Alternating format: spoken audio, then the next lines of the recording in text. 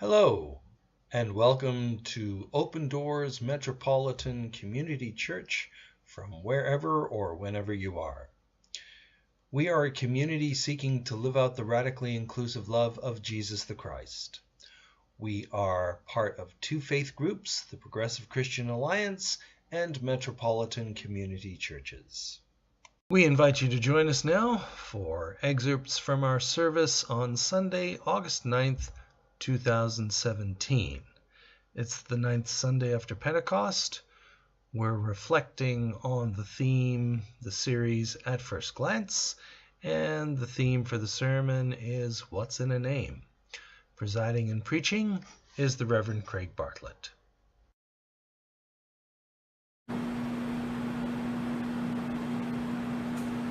Let's pray.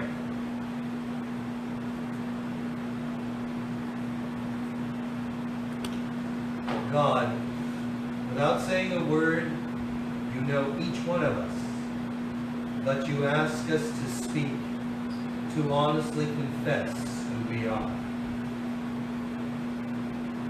We confess that some days we deny the genius that you have placed within us.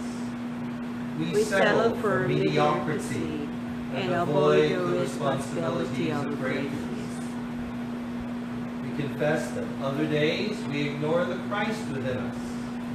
In past times we have answered to names that were not our true character.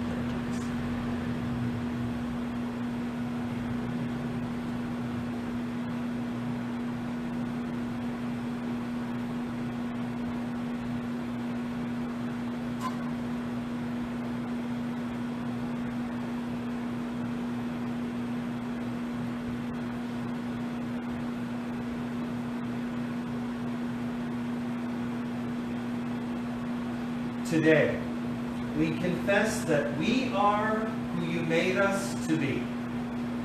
Your adopted children, filled with glory, heirs of your covenant, keepers of your law of love, worshippers in spirit and truth, keepers of your promises, connected with the faith of our forebears, and reflections of the way of Jesus, our Messiah. Amen.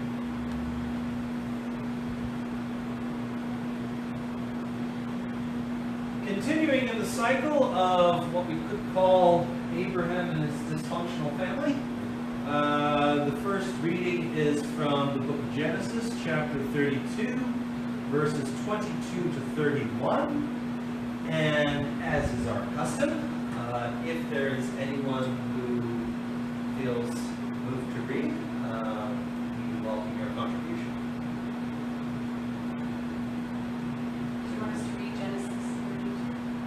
I'll read it. Oh, great. The same night he got up and took his two wives, his two maids, and his 11 children across the ford of Jacob. He then took them to visit them across the stream, and likewise everything that he had. Jacob was left alone, and the man wrestled with him until later. The man saw that he did not prevail against Jacob, he struck him on the knee, and fought him to his service, but out of Jacob. Then he said, "Let me go, the day is breaking." Jesus said, "I will not let you go unless you bless me." And he said to him, "What is your name?" He asked Jacob.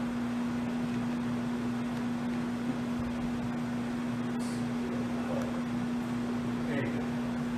Then the man said, "You shall no longer be called Jacob, but Israel. You have striven with God and with humanity for Pharaoh." Jacob asked him, "Please tell me your name." He said, "Why is it that you ask my name? I have blessed you." So Jacob called the place Peniel, saying, "For I have been God face to face, and yet my way was preserved. The sun rose upon him as he passed Peniel, and came across his head." There should be if you could press escape for a second. I thought I put a sound file in there. I just need to insert it. It's familiar tune, but I had it prepared, so let me just find it, please. Insert media, audio on my PC. Yes.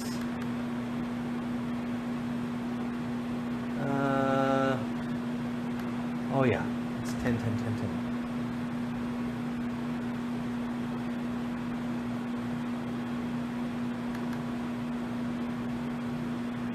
There we go.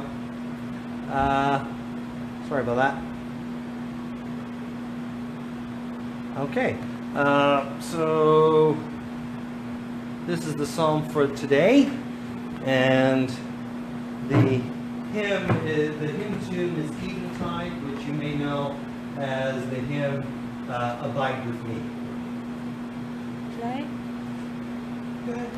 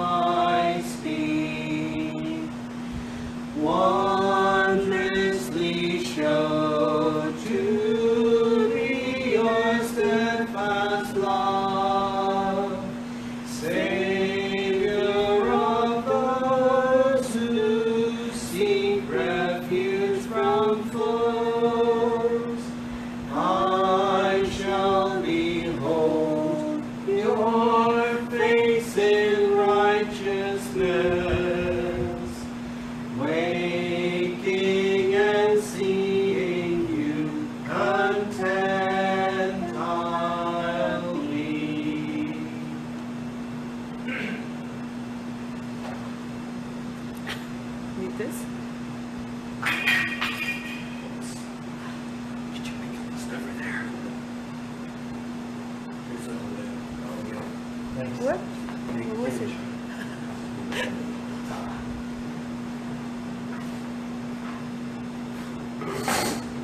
second reading is from Paul's letter to the Romans, chapter 9, the first 5 verses. Put this in context, this is part of a long kind of discourse that Paul has about trying to make sense of the fact that some people within the Jewish community, in spite of his work and his best preaching and such, cannot yet come to accept that Jesus is the Messiah. And so he writes, I am speaking the truth in Christ. I am not lying. My conscience confirms it by the Holy Spirit. I have great sorrow and unceasing anguish in my heart. For I could wish that I myself were accursed and cut off from Christ for the sake of my own people, my kindred according to the flesh.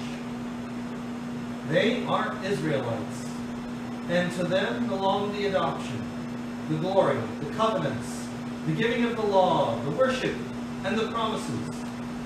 To them belong the patriarchs, and from them, according to the flesh, comes the Messiah, who is over all, God bless forever. Amen.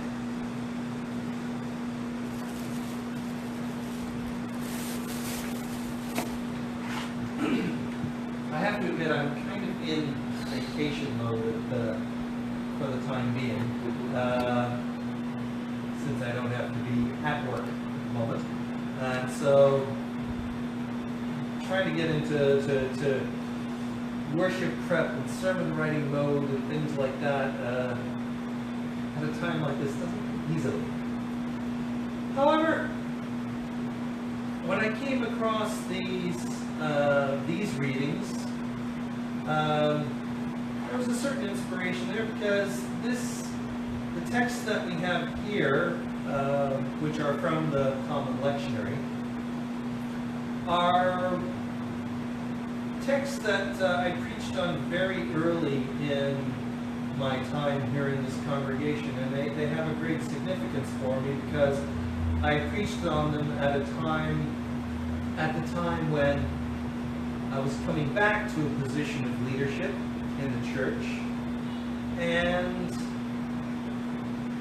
I'm heavily indebted, as I was saying before, to the preaching of the Reverend Dr. Malcolm Sinclair of Metropolitan United Church in Toronto, and one of my preaching heroes, and for the sermon prep today, I will allot to him. But there's some of my own ideas in here too, so, but anyway. Here we have Jacob, as I said before, in the continuing story of Abraham and his dysfunctional family. Jacob, according to legend, was the one who came out of the womb grabbing the heel of his technically elder brother Esau. And it's as if his life was framed by the phrase, "Gimme!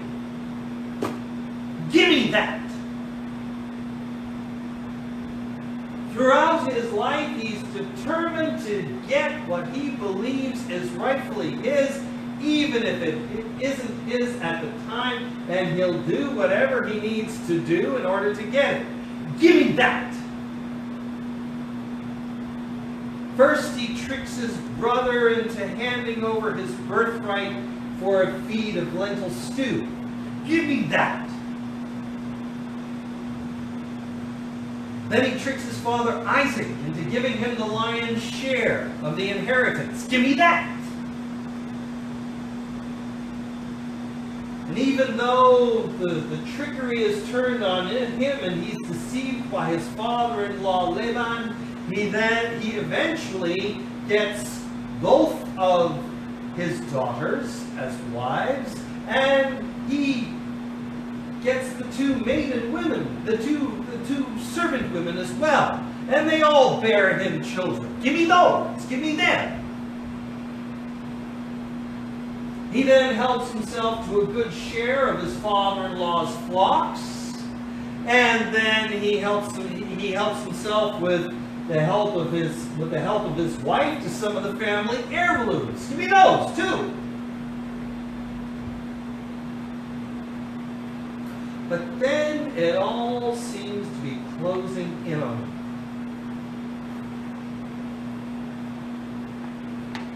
He hears his brother Esau is after him. And he doesn't know what for. He doesn't know what to expect. So he sends his family away from the job upstream and then confronts the wrestler. And it seems as though his very life, his very identity is questioned. Why? Why have you taken the route you've taken in life? What is it that drives you? What need do you have that hasn't been fulfilled? Why have you tried to fill it with whatever you can get your hands on? Now this text has been interpreted in a lot of different ways, both in times past and in times present. It's been suggested that the wrestler is an angel, or perhaps God's very self. I read a commentary the other day which suggested it's actually Esau. Other commentaries, especially the ones of those who like to psychologize everything, say it's really symbolic of his inner struggle. Well, there's whatever spin, whatever interpretation you want to put on it, there can be no doubt that Jacob is in some kind of primal struggle concerning all the events in his life that have led him to this point.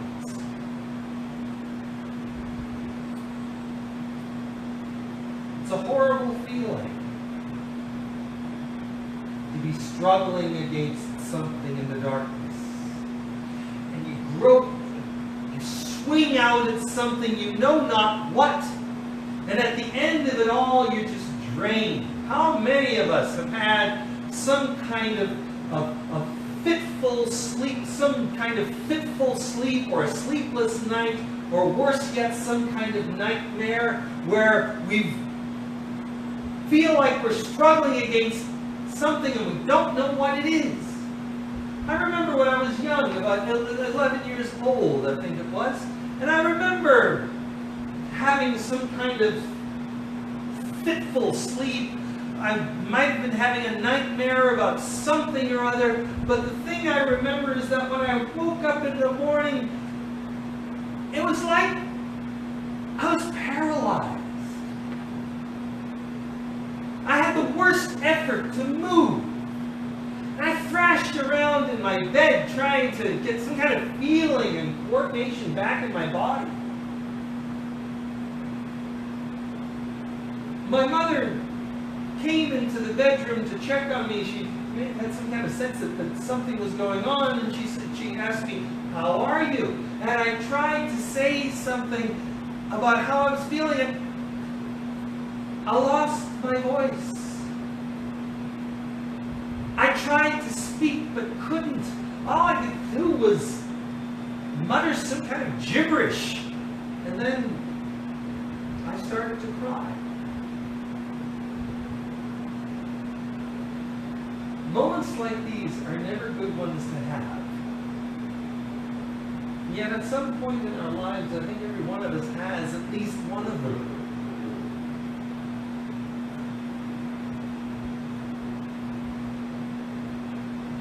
And yet, as distasteful as this struggle seems to be for us, it's almost necessary.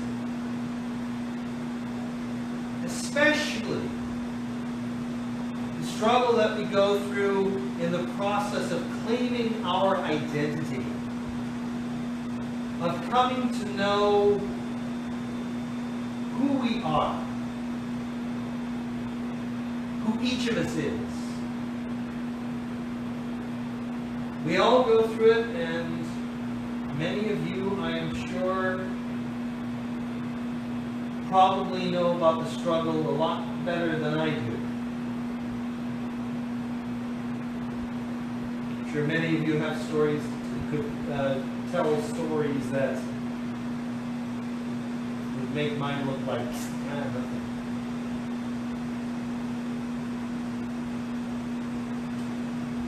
And for those of us in the LGBT community, for those in the LGBT plus community who are transgender, the struggle can come with scars, literal physical scars, that they carry on their bodies.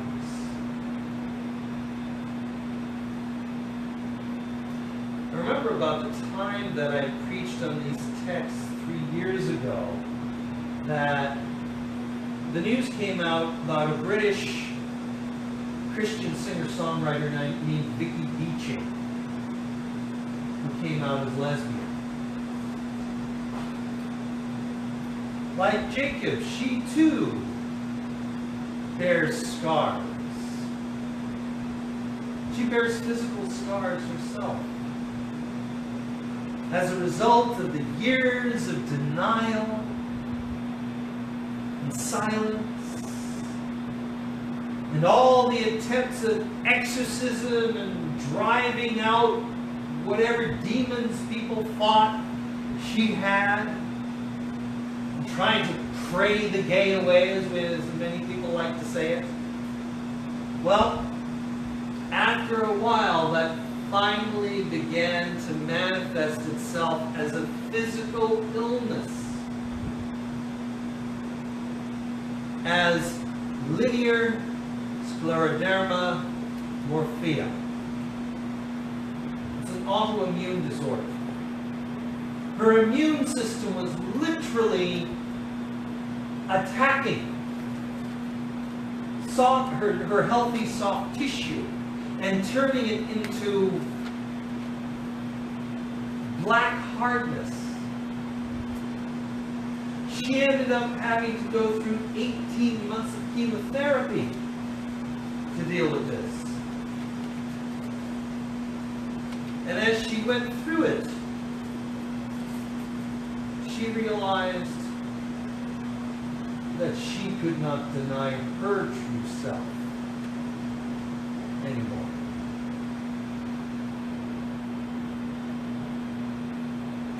And yes, there are those who have tried to warn us that if we try to claim some kind of identity which is outside that which is conventional or acceptable or normal, they try to tell us, you'll lose so much.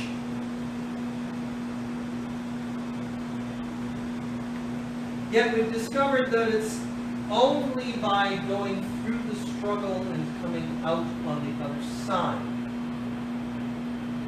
that we can claim a new identity, that we can claim some kind of blessing, and we know our need of it. Like Jacob, we say, this can't be it. You have to give me a blessing. There's got to be something in this that is going to be good. There's got to be some kind of outcome to this which is going to be worthwhile. There's got to be some meaning in this. And so the wrestler asks, what is your name? He answers, Jacob, trickster, usurper. That's what his name meant. The wrestler says, you'll have a new name. Israel. The one who was striven with humans and with God's very self.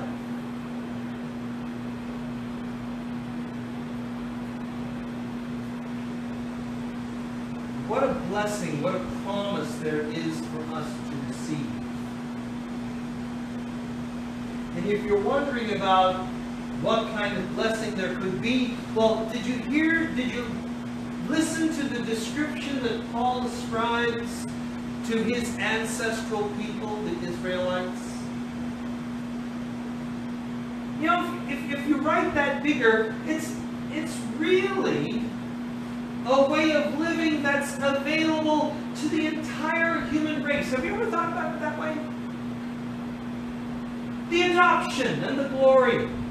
When we meet someone who shines in all their beauty, we actually meet the presence of the divine. The covenants. When we see someone seeking to live their best and fullest, we realize that there's something calling them at the deepest level of their being. The law. When someone in their life exhibits and lives by the great principles of human living. The worship. The ways in which people create themselves and recreate themselves, and how they relate to others and to the world itself at the deepest level of life. In effect, these are rituals. These are liturgies which guide them in walking through the world humbly. The promises and the patriarchs. We see that we're links in a chain of life that can lead from greatness to greatness.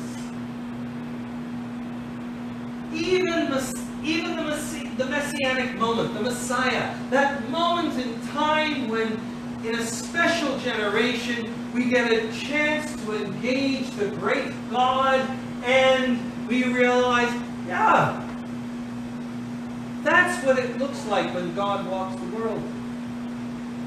Even that can come through our human living at its best. It's really a very high definition of human living. It's a high definition of what our lives can yet be.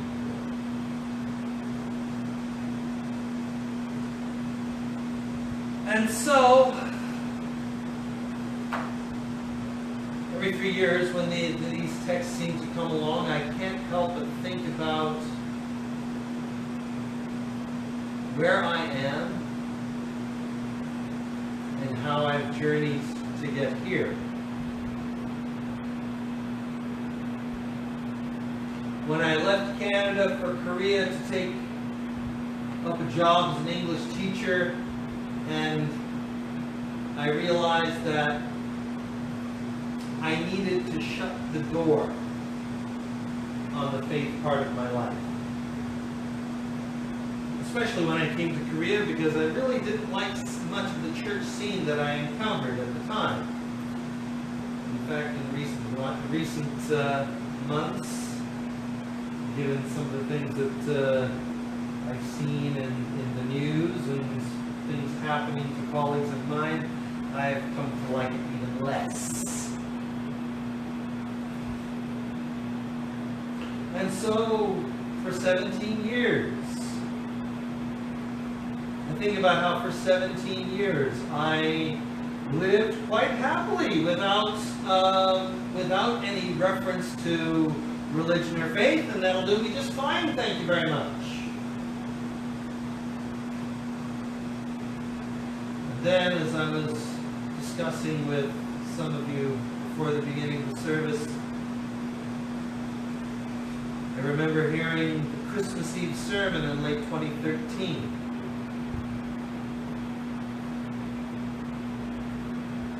Which then led me to voraciously read and listen to everything that I could get my hands on online, to see what I missed in the 17 years I was away. And getting back in touch with how I caught faith and what the sources of that faith were. a Sunday school teacher who was not afraid to use Jesus Christ Superstar as the basis for Sunday school lessons. A minister whose style of worship presiding was almost priestly, who was very ecumenical in his outlook, and who talked from the pulpit about how faith has implications for the way one lives in one's everyday life, including one's economic choices, one's political choices, and that. My mother and other adults around her sometimes complained bitterly about this. And I thought, well, I didn't quite understand it now, but then, at that time, coming back to faith, that it all started making sense. It all started coming together.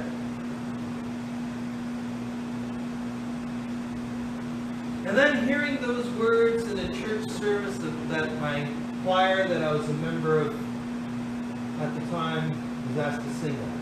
The words of a hymn that begins, "In all our grief and fear we turn to you. Oh God, you know all that we think or do." Those words, written by poet, hymn writer, one of my mentors at Emmanuel College, where I got my MDiv. And as I am always fond to say, all around priest of the Order of Melchizedek, Reverend Sylvia Dunstan.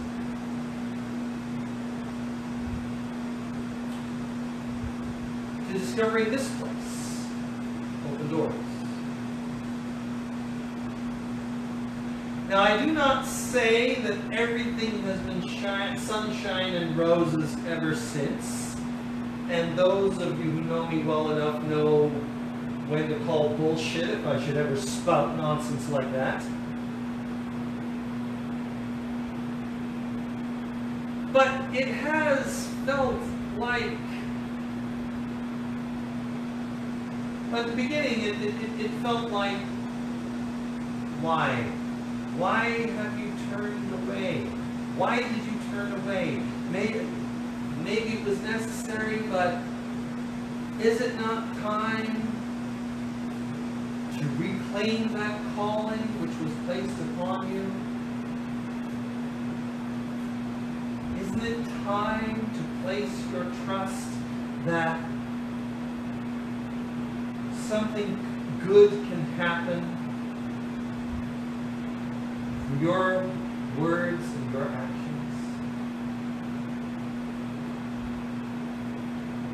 And I do have a sense that I have returned to something that I was meant to do. And that in this church, in this society, at this time, I have a unique opportunity to live out the gospel right at the blackface, to use a term from coal mine, where the reality of life meets the life-transforming potential of the good news of Jesus Christ.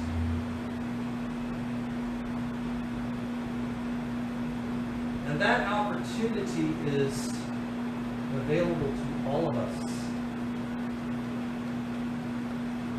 We too can find new identities for ourselves. We too can become manifestations of the adoption, the glory, the covenants, the law, the worship, the promises, and the patriarchs and the matriarchs. Heck, we can even, in our best selves, shine forth some kind of manifestation of the messianic moment. It is not without struggle. It is not without question. But it is a blessing which is available to all of us. Thanks be to God. We remain standing for the Eucharistic prayer. Christ is with us. Now in always. Let us lift our hearts. We lift To them to them, God. Let us give thanks to our God. it is right to give our thanks and praise.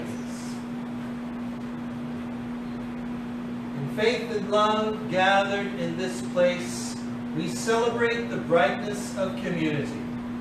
We give thanks and praise for all that is good in the world.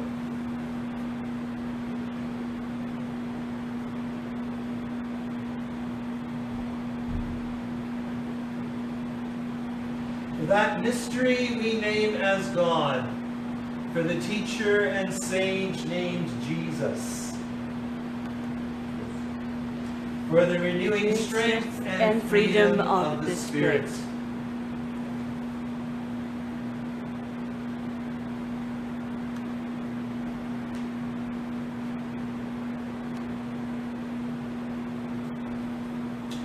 God of all seasons, we open ourselves to all the possibilities life offers us. So we join our celebration to all people of all times and places, joining in the unending prayer of praise.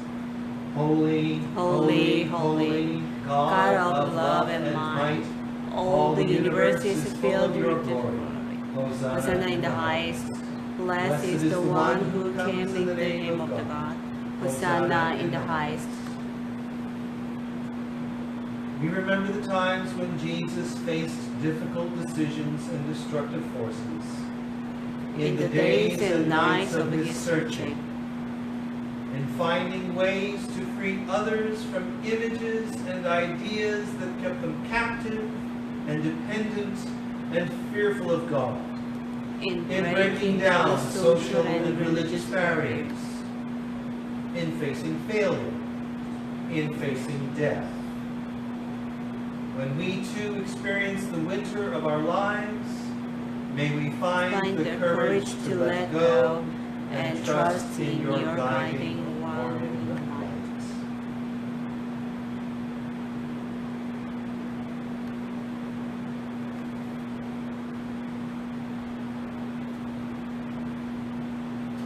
And as we eat and drink together at this table, we remember the importance of the words and actions of all meals in the tradition of Jesus. When he took and blessed bread, he used his traditional Jewish prayers, saying, "Blessed is the Holy One of Israel, sovereign of all that is, who brings forth bread from the ground."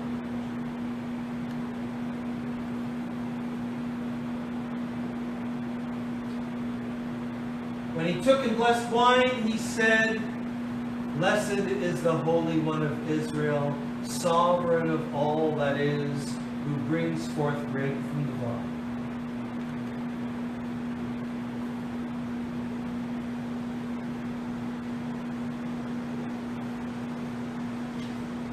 So, in the meal tradition of Jesus, we break and share bread.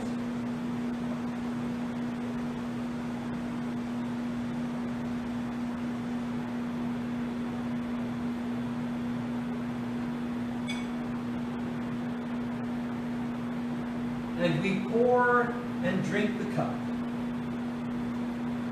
pledging ourselves to allow the Spirit that moved in Jesus to move freely in our lives. Amen.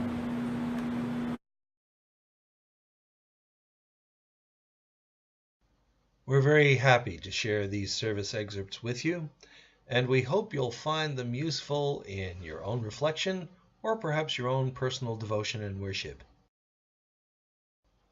Or better yet, you could join us in our worship and in our ministry. Age, race, ethnicity, sexual orientation, and gender identity are no barriers to full participation in the life and ministry of our congregation. This is what we mean when we say radically inclusive.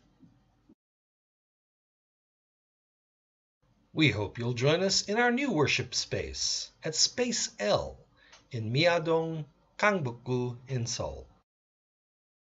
Need to know how to get there? Service times or any other information?